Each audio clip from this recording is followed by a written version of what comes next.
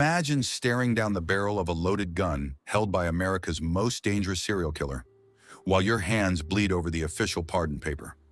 Now imagine the heavy doors of the Oval Office exploding, not with the Secret Service coming to save you, but with a guy in a bright Hawaiian shirt, holding a half-eaten taco in one hand and a rocket launcher in the other. Oops, wrong room? My bad, boss. In the next 10 seconds, President Vance realized three terrifying things. His rescue wasn't coming, the Secret Service was dead, and the real mastermind behind this entire nightmare wasn't just insane, he was clinically ridiculous. Audio note, fast, energetic, dark action jazz beat fades in. The smoke cleared in the shattered doorway of the Oval Office. Standing there was Felix, Victor Drake's right-hand man and the operational leader of the entire cartel syndicate. Felix was wearing a neon pink floral shirt under a bulletproof vest, eating a taco, and casually stepping over two unconscious Secret Service guards. "Felix," Victor Drake snapped, his gun still trained on President Vance's head. "What did I tell you about grand entrances? We are on a tight schedule." "Relax, Victor. You're always so dramatic," Felix chuckled, wiping hot sauce off his chin onto a multi-million-dollar antique curtain. "Do you have any idea how hard it is to bypass White House security while carrying a fast food bag? Also, Mr. President, no offense, but your Oval Office snacks are terrible. Zero flavor." President Arthur Vance stared in absolute shock. What is this circus?"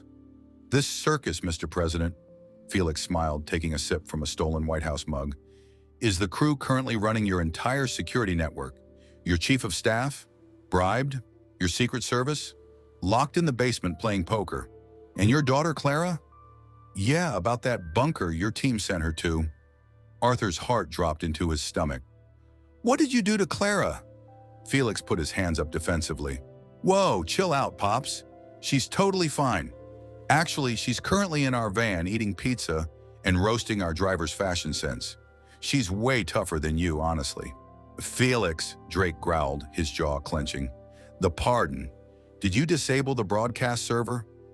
Felix's goofy smile instantly vanished, replaced by a cold, sharp glint in his eyes.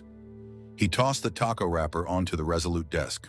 "Server is down, Victor, but we've got a slight problem. A tiny $50 million problem." Arthur looked between the two men. The comedy was just a mask. Felix was a psychopath with a sense of humor, which made him 10 times more dangerous than Drake. "What problem?" Drake demanded.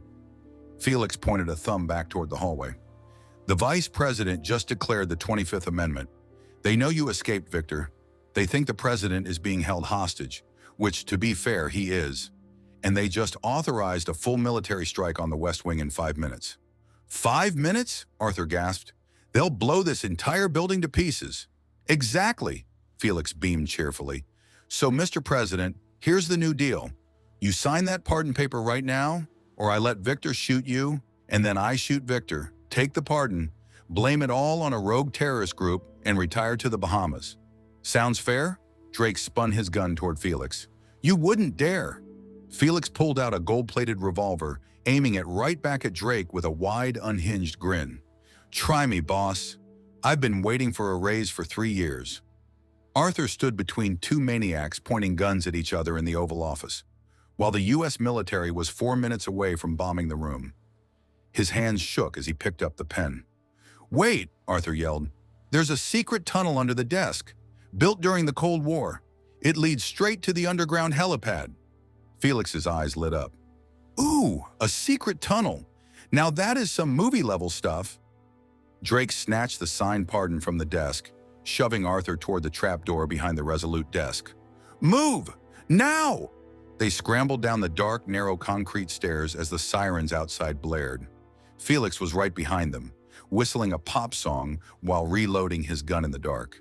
They reached the end of the tunnel, a heavy titanium blast door leading to the emergency escape helicopter. Drake punched the emergency override code. The heavy door hissed open. Inside the dimly lit helicopter bay, the rotors were already spinning. But sitting in the pilot's seat wasn't a mercenary. The pilot turned around, pulling off their helmet. Arthur's jaw dropped. Drake froze in sheer disbelief. Sitting in the pilot's seat, holding a detonator in her hand and smiling coldly, was President Vance's wife, First Lady Eleanor Vance. "Hello, Arthur," Eleanor said calmly into the headset. "Did you really think I didn't know about Maine?"